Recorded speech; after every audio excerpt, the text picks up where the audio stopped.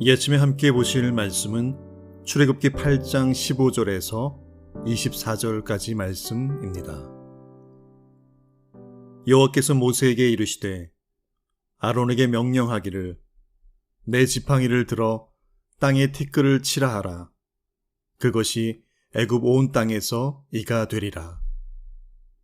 그들이 그대로 행할세 아론이 지팡이를 잡고 손을 들어 땅에 티끌을 치매 애굽 온 땅의 티끌이 다 이가 되어 사람과 가축에게 오르니 요술사들도 자기 요술로 그같이 행하여 이를 생기게 하려 하였으나 못하였고 이가 사람과 가축에게 생긴지라. 요술사가 바로에게 말하되 이는 하나님의 권능이니이다 하였으나 바로의 마음이 완악하게 되어 그들의 말을 듣지 아니하였으니 여호와의 말씀과 같더라. 여호와께서 모세에게 이르시되 아침에 일찍이 일어나 바로 앞에 서라. 그가 물 있는 곳으로 나오리니 그에게 이르기를 여호와께서 이와 같이 말씀하시기를 내 백성을 보내라.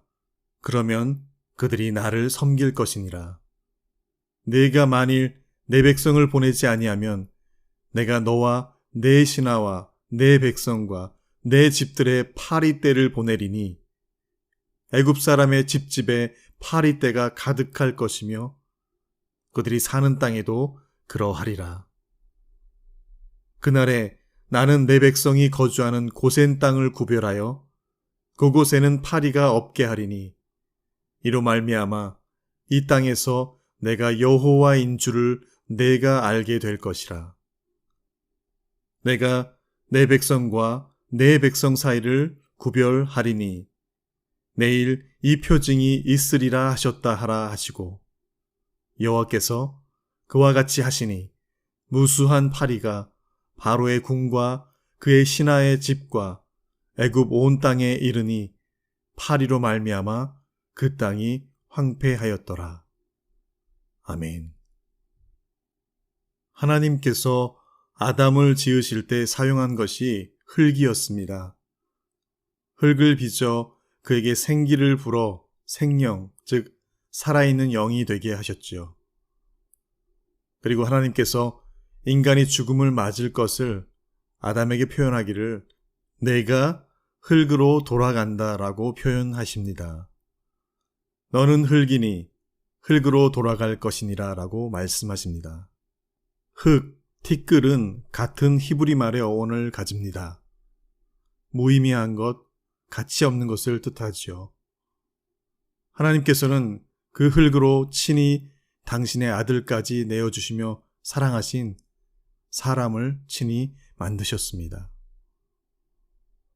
오늘 하나님께서는 모세를 통하여 말씀하시고 아론이 다시 나무 지팡이를 들고 이 땅을 치니 이 티끌이 변하여 온 애굽의 사람들의 피부를 파고들어 피를 빠는 곤충이 창궐하도록 변하게 하십니다.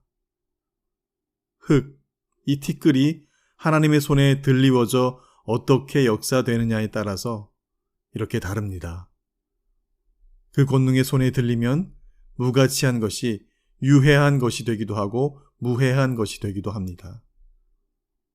흡혈하는 피를 빠는 곤충, 이나 진드기, 모기 등과 같은 이 흡혈곤충으로 번역이 되는 오늘 본문에는 이라고 하는데요. 실로 상상만 해도 끔찍하고 잔인합니다.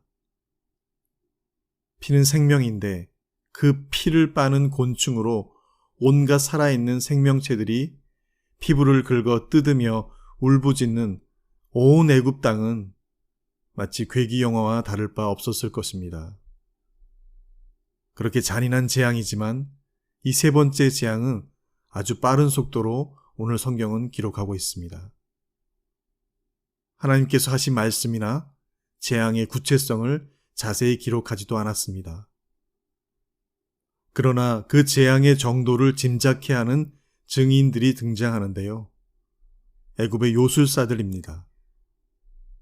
그동안 나일강을 피로 물들게 하는 일들이며 개구리가 더하게 되는 이적들은 곧잘 흉내내던 이 요술사들이 피를 빠는 흡혈곤충을 생기게 하려고 했으나 못하고 실패하였다고 기록합니다.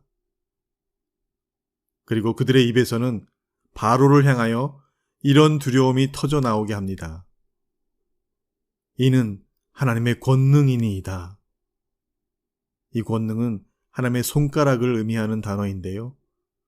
이는 진짜 하나님의 손가락이 나타난 것과 같은 능력의 역사입니다. 라는 그런 두려움에 떠는 그들의 고백이었던 것이죠.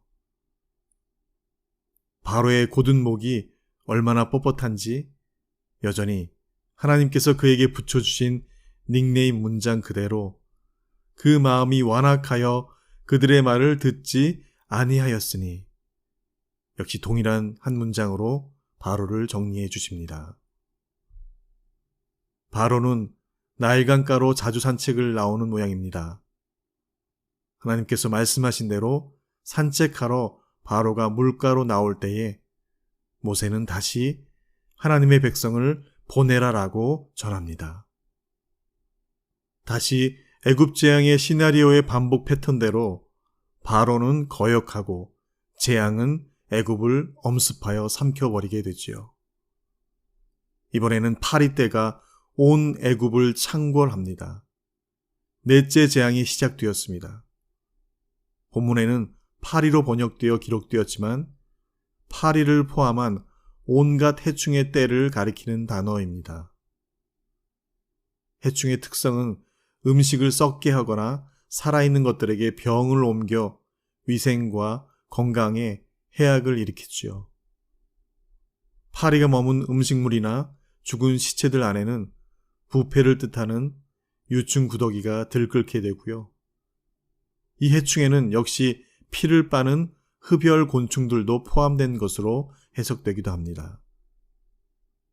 여름 낮잠에 파리 한 마리 돌아다녀도 참 성가시고 쉽지 않은데 온 땅을 뒤덮은 파리떼로 오늘 본문은 그 땅이 황폐하였더라라고 그렇게 표현합니다. 이 역시 사람이 감당하기에는 지독한 고통과 재앙이지요. 저희는 계속해서 바로와 애굽 땅에 내려진 10가지 재앙을 따라가고 있습니다.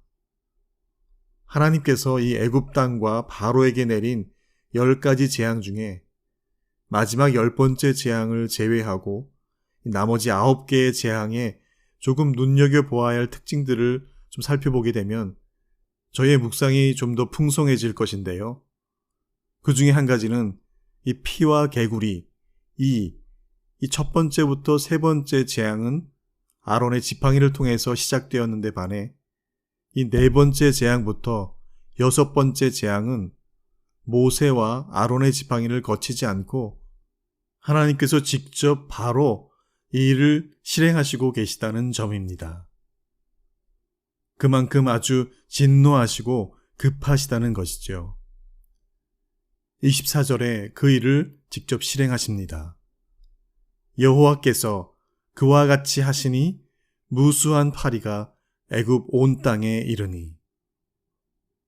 세 번째 재앙에 대해 여전히 목이 곧은 바로와 애굽 땅에, 네 번째 재앙은 다시 하나님의 명령을 전한 뒤에 이 역시 직접 바로 하나님께서 팔을 걷어 붙이시고 그 재앙을 직접 실행하십니다.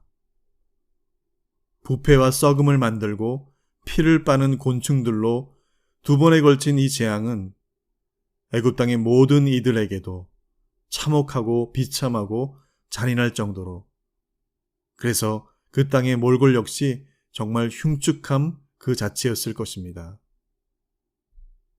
지구촌 곳곳이 지금 코로나로 뒤덮인 지 벌써 1년이 넘어가고 있습니다.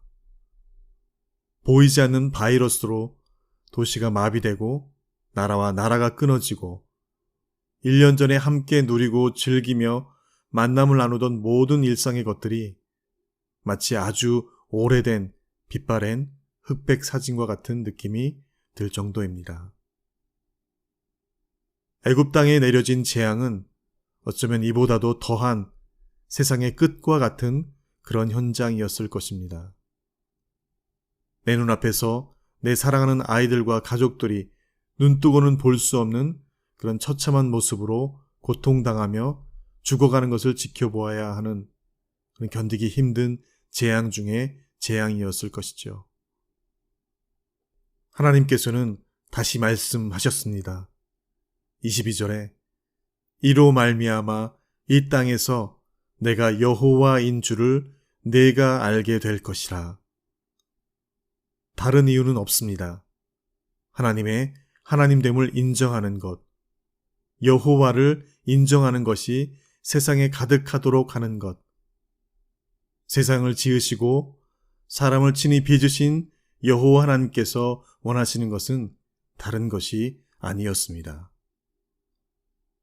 히브리 신이라 알려진 여호와 하나님께서 내리시는 재앙은 이방신을 섬기는 온 애굽인들에게는 두려움과 무서움의 그런 극단의 상황이었죠. 그런데 애굽의 히브리인들, 이스라엘 백성들은 생각했을 것입니다.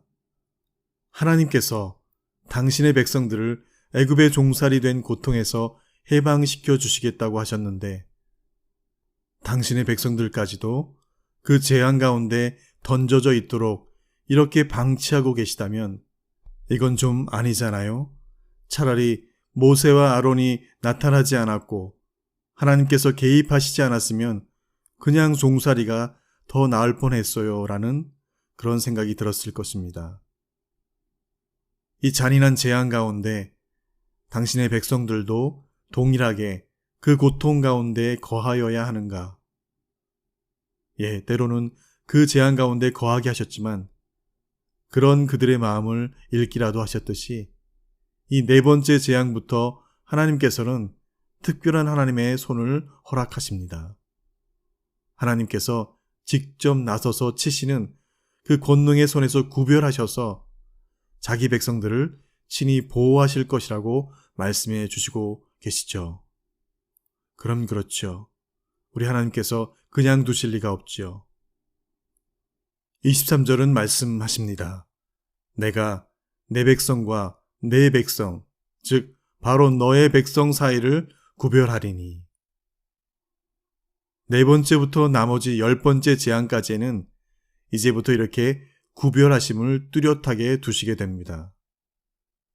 우리가 잘 알고 있는 대로 10번째 재앙의 구별, 문설주에 어린 양의 피를 바른 집들은 패스오버, 그렇지 않은 집들의 처음 난 것들과 장자는 죽음을 맞게 되지요. 낮과 밤, 생명과 죽음. 하나님께서 당신의 백성과 그렇지 않은 이들을 구별하십니다. 똑똑히, 분명하게 구별하시어 심판하심을 보여주시기 시작합니다. 22절에는 이렇게 말씀하여 주십니다. 그날에, 즉 파리 때의 재앙이 엄습하는 그날에 나는 내 백성이 거주하는 고센 땅을 구별하여 그곳에는 파리가 없게 하리니 이로 말미암아 이 땅에서 내가 여호와인 줄을 내가 알게 될 것이라. 이제 좀 마음이 놓이는 것 같습니다. 하나님께서 우리 믿는 자들을 구별하여 두시겠다고 하십니다. 아니, 이미 그리스도 예수를 영원한 구원자, 구주 삼은 이들은 세상 가운데서 구별하여 주셨습니다. 그리고 그들을 심판날 구별하실 것입니다. 영생을 얻는 자와 영벌을 얻을 자로 구별하실 것입니다. 하나님 나라의 소유된 백성과 지옥불에 떨어질 형벌자로 구별하실 것입니다.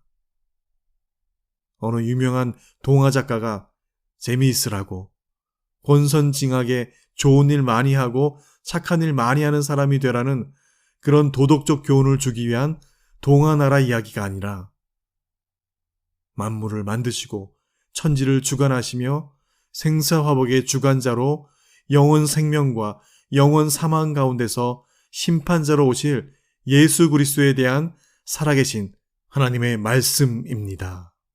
할렐루야.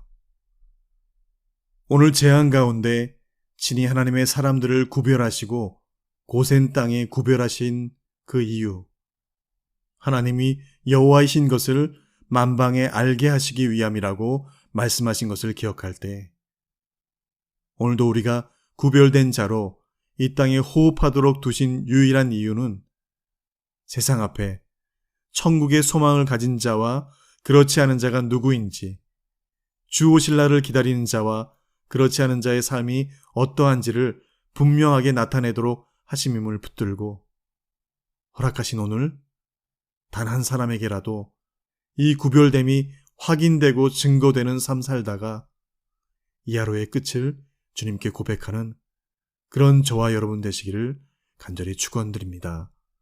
함께 기도하시겠습니다. 내가 이같이 미지근하여 뜨겁지도 아니하고 차지도 아니하니 내 입에서 너를 토하여 버리리라. 나의 간절한 기대와 소망을 따라 아무 일에든지 부끄러워하지 아니하고 지금도 전과 같이 온전히 담대하여 살든지 죽든지 내 몸에서 그리스도가 존귀하게 되게 하려 하나니 이는 내게 사는 것이 그리스도니 죽는 것도 유익함이라. 아멘. 주님, 우리 삶에서 하나님의 백성이라는 표가 나는 삶 살게 하소서. 불교도인지 무슬림인지 천주교인인지 그가 신앙하는 것이 무엇인지 차지도 덥지도 않은 그런 삶이 아니라 저 사람은 교회 다녀, 저 사람은 어느 교회 교인이더라, 저 사람은 집사래, 저 사람은 장로래, 목사래라는 소리보다 저 사람은 예수쟁이더라, 지독한 예수쟁이더라고, 정말 꼴통 예수쟁이야, 질려버리겠어 라는 그런 소리 듣다가 주님 만나는 그런 예수쟁이들 다 되게 하여 주시옵소서. 적당히 창피하지 않게가 아니라 완전히 깨지고 부서진 만신창이가 된 그런 예수쟁이들 다 되게 하여 주시옵소서. 주 오시는 그날, 그래서 예수님께서 신발 벗어 던지고 달려와 안아주시고 싶으신 그런 구별된 자, 고센에 거한 자, 내 백성이라고 불리워지는 그런 하늘아버지, 딸과 아들들 다 되게 이 하루도 우리를 꼭 안으시고 움켜잡아 주시옵소서. 예수님의 이름으로 기도합니다. 아멘.